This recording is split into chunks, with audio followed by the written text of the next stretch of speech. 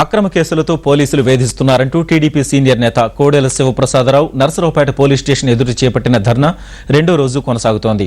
పోలీసుల నుంచి సరైన స్పందన రాకపోవడంతో ఆందోళన విరమించలేదు. డీఎస్పీ వచ్చి సంజాయిషీ ఇచ్చినా కోడెల వెనక్కి తగ్గలేదు. గుంటూరు ఎస్పీ సమాధానం ఇచ్చే వరకు ధర్నా విరమించేది లేదని స్పష్టం చేశారు. అనుచరులతో కలిసి కోడెల రాత్రి స్టేషన్ ఎదురుగా ఉన్న రోడ్డుపైనే నిద్రపోయారు.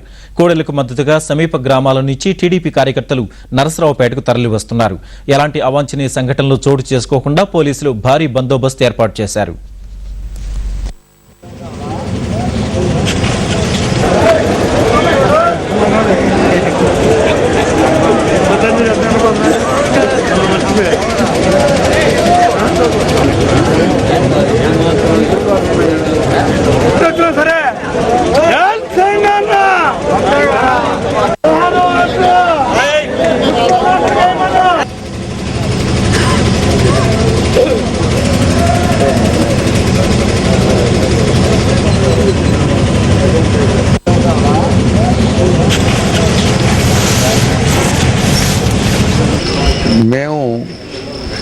మేము ప్రశ్నిస్తుంది వాళ్ళని.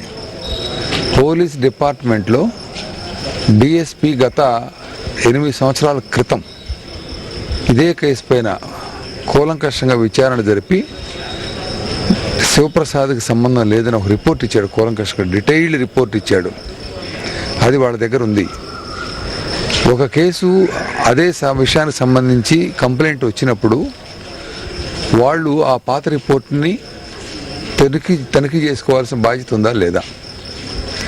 2, ఒక ముఖ్యమైనటువంటి వ్యక్తి పైన ఒక అనామకుడు ఒక సీరియస్ కంప్లైంట్ ఇచ్చినప్పుడు దాంట్లో నిజానిజాలు ప్రైమా ఫేసి వెరిఫై చేసుకోవాల్సిన అవసరం ఉందా లేదా. ఎస్పీ మాట్లాడుతున్నాడంట, మా వాళ్ళు నాకు తెలియకుండా రిజిస్టర్ చేశారు. డిఎస్పీ అంటున్నాడంట, నాకు తెలిస్తే నేను చేయనిచ్చేవాడిని కాదు.